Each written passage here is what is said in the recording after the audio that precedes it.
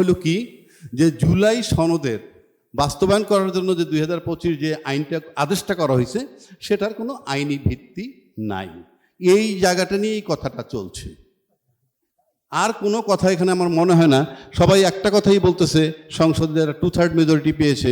আমরা জানি বাংলাদেশের 55 বছর যাবত যে ট্রেডিশন, 2/3 মেজরিটি যে দল পায় তারা আইনের ঊর্ধ্বে উঠে যায়, কোনো সন্দেহ নাই, কোনো আইন কাজ করে না। এবং আপনি দেখবেন যে বাংলাদেশে নির্বাচিত প্রতিনিধি যারা হয়, জনপ্রতিনিধি, এমপি বলেন, মন্ত্রী বলেন, এমপি মন্ত্রী হয়ে যাওয়ার পরই তারা স্থানীয় জনগণের কাছে আতঙ্ক হয়ে যায়। আপনি একজন নির্বাচিত প্রতিনিধি যদি মানুষের কাছে আতঙ্ক হয়ে যায়, একজন মন্ত্রী যদি আতঙ্ক হয়ে যায়, তখন মানুষের ন্যাচারালি কথাবার্তা বলা বন্ধ হয়ে যায়। এখন আমি সিম্পল একটা কথা বলি, যে জুলাই বাস্তবায়ন আইনটার কথা বলা হচ্ছে 2025, আমি একটু চক্ষু বন্ধ করে কল্পনা করেন, ধরা যাক এই আইনটা হয় নাই, জাস্ট সিম্পল ভাবেন এই আদেশটা হয় নাই, এই আদেশটা নাই কল্পনা করেন, তাহলে কি হয়? এই আদেশটা যদি নাই হয়, তাহলে তো সংবিধান মোতাবেক নির্বাচন হওয়ার কথা ছিল 8ই আগস্ট থেকে 8ই আগস্ট 2024-এর পর 7ই নভেম্বর 2024-এর মধ্যে। সংবিধানে কি বলা আছে যে এই সময় পার হওয়ার পর যখন মন চায় তখন?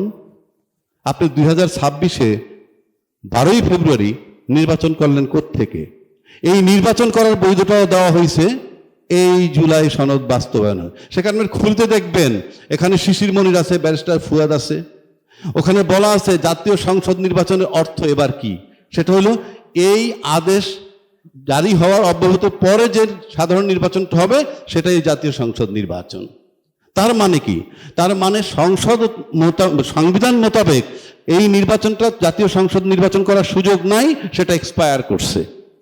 যে কারণে এইটা এখানে বলা, কাজে এই আইনটাকে যদি অস্বীকার করা হয়, এই আদেশটাকে যদি অস্বীকার করা হয়, তাহলে আপনার নির্বাচন নিয়ে প্রশ্ন আসবে। দ্বিতীয় কথা হইল, এই সরকারটা ছিল অন্তর্বর্তীকালীন সরকার। যে সরকার সংবিধানের মধ্যে নাই, সে সরকার এই সংবিধান চালাবে কিভাবে? এটা ভেরি সিম্পল। আপনি একটা কোম্পানির কিছু না, সেই কোম্পানির ভিতরে আপনি ম্যানেজিং ডিরেক্টর হিসেবে নাই, তো আপনি সেই কোম্পানি চালাবেন কেমনে? এইটার ভিতরে তো বলা নাই অন্তর্বর্তীকালীন সরকারের কথা। সুতরাং সে কারণেও আপনি অন্তর্বর্তীকালীন সরকার চলেছে অন্তর্বর্তীকালীন আইনে, এবং সে আইনটা কি উনি যেটা বলবেন সেটা চূড়ান্ত হয়েছে তাই কিন্তু, এবং সেটার বৈধতা দিছে এই জুলাই সনদের মাধ্যমে। তৃতীয় কথা হচ্ছে, আচ্ছা ধরি আমরা সব সংশোধন হয়ে গেল, সব সংশোধন যদি হয়, সংশোধন তো না, সংস্কার, এতে রাষ্ট্রের ক্ষতি কি, দেশের জনগণের ক্ষতি কি? কিংবা এই সংস্কার হয়ে যাওয়ার পর কালকে সকালে কি জামাত ইসলাম ক্ষমতায় চলে আসবে? হ্যালো, নাকি ছাত্র শিবির ক্ষমতায় চলে আসবে, নাকি ছাত্র লীগ ক্ষমতায় চলে আসবে? ক্ষমতায় আসার সাথে এই সংস্কারের সম্পর্কটা কি? তাহলে আপনারা বাস্তবায়ন করতেছেন না কেন? এইটা যদি, এই সংস্কারগুলো যদি হয়, রাষ্ট্রের ক্ষতি নাই, জনগণের ক্ষতি নাই, বিদেশের সাথে আমার সম্পর্ক নষ্ট হবে না, তাহলে সংস্কারটা করতে সমস্যাটা কোথায়? সমস্যা এক জায়গায়, সেটা কি? আপনি কুক্ষিগত করবেন সব। Intention is not good, but আইনের ভাষায় কি বলে? আপনি একবার মেনে নিছেন, মানুষকে প্রতিশ্রুতি দিচ্ছেন, আমরা এটা মেনে নিলাম, সেই মোতাবেক আপনারা গণভোটও করেছেন। এই যে প্রতিশ্রুতি দেওয়া, আমার কাছে মনে হয় শিশির মনির বলবে, ব্যারিস্টার ফুয়াদ আসে সে বলবে, একবার যদি আপনি প্রতিশ্রুতি দেন সেখান থেকে আপনি আর ফিরে আসতে পারবেন না। আপনাদের প্র্যাকটিক্যাল লাইফও দেখবেন, ঘরে ফ্যামিলিকে যদি একটা কথা দেন যে এটা করব, পরে দেখলেন যে আপনার অ্যাবিলিটি নাই, ফিরে আসা কষ্ট। তার মানে কি? আইনটা কিছুই না, আপনার ইন্টেনশন। আপনি রাজি হয়েছেন, সম্মতি দিয়েছেন, প্রধানমন্ত্রী বলছেন যে আপনারা হাতে ভোট দিবেন। এখন প্রধানমন্ত্রী কিন্তু একেবারেই নীরব। তাহলে প্রধানমন্ত্রীর কথার মূল্যায়ন কোথায়? প্রধানমন্ত্রী কেন কথা বলছেন না? আমি দেখলাম গতকালকে স্বরাষ্ট্রমন্ত্রী সালাউদ্দিন সাহেব বলছেন পার্লামেন্টে কি, যে রাষ্ট্রপতিকে কি উনি জিজ্ঞেস করছিলেন এই অধ্যাদেশে এই স্বাক্ষর করার পর যে আপনি কি এটা স্বাক্ষর করেছেন? উনি বলছেন আমি স্বাক্ষর করতে পারি না, কিন্তু আমাকে পারাচ্ছে। আচ্ছা ভালো কথা, আপনাকে পারাচ্ছে। আপনি বলেন একজন রাষ্ট্রপতিকে কে বাধ্য করলো এই স্বাক্ষর দিতে?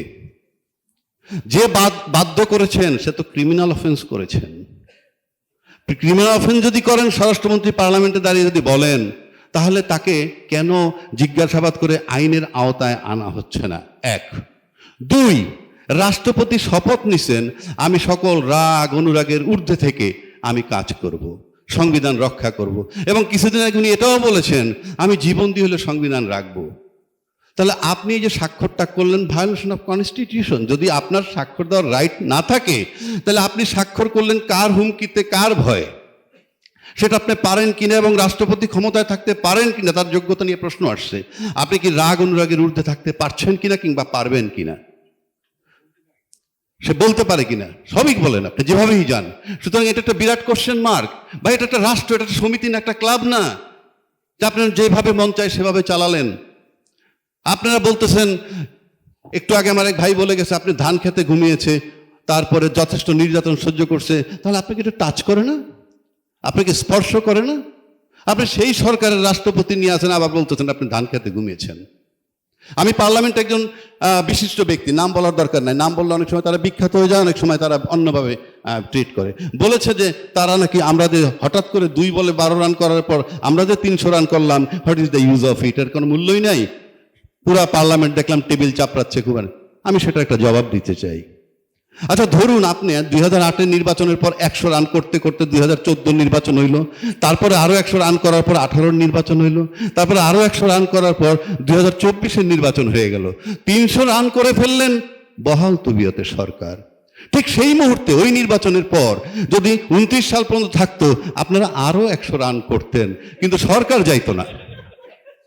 সেই সময় আমরা ক্রিকেট খেলায় দেখেছি এরকম ঘটনা, কি সব শেষে দেখা যায় একজন বলার ব্যাটসম্যান লাস্ট উইকেট, হয় 1 বলে 3 রান, 1 বলে 5 রান। ঠিক সেই মুহূর্তে উনি একটা 4 কিংবা 6 মেরে জয়সূচক রান করেন, এটাই চূড়ান্ত বিজয়।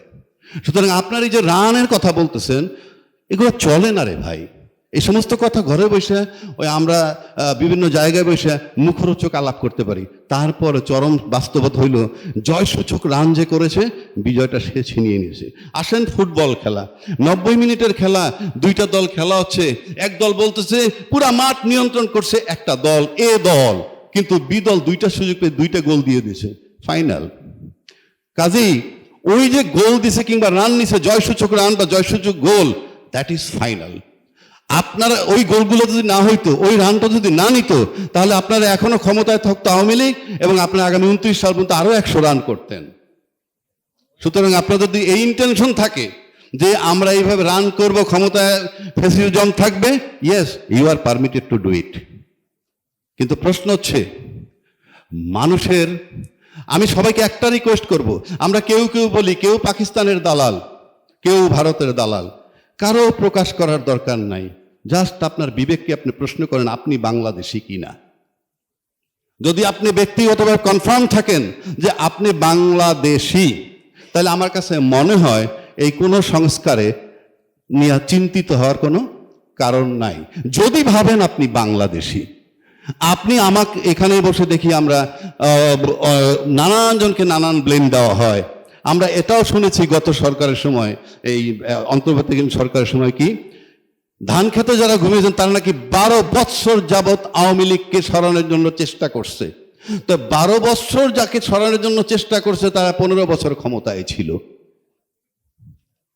আর একটা অন্তর্বর্তীকালীন সরকার আসছে, তাকে সবাই সহযোগিতা করছে, কিন্তু উনি 18 মাস সুস্থ থাকতে পারেননি।